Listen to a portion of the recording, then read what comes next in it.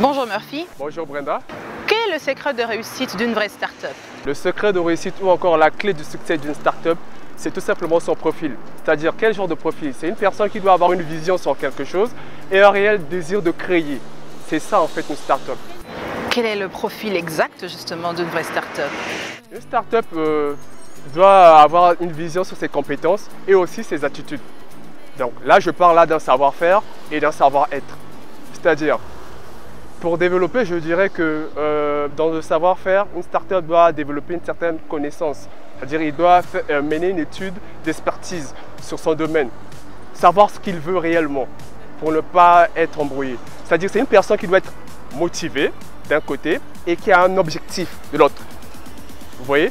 Tout cela en se posant la question, est-ce que mon projet de création répond à toutes ces attentes-là? Un start-upper doit avoir certaines compétences et aptitudes. Quelles sont ses compétences ou soit ses aptitudes? Moi, je pourrais dire que c'est l'adjectif qui qualifie le start-upper. Par exemple, être audacieux, savoir oser prendre des risques.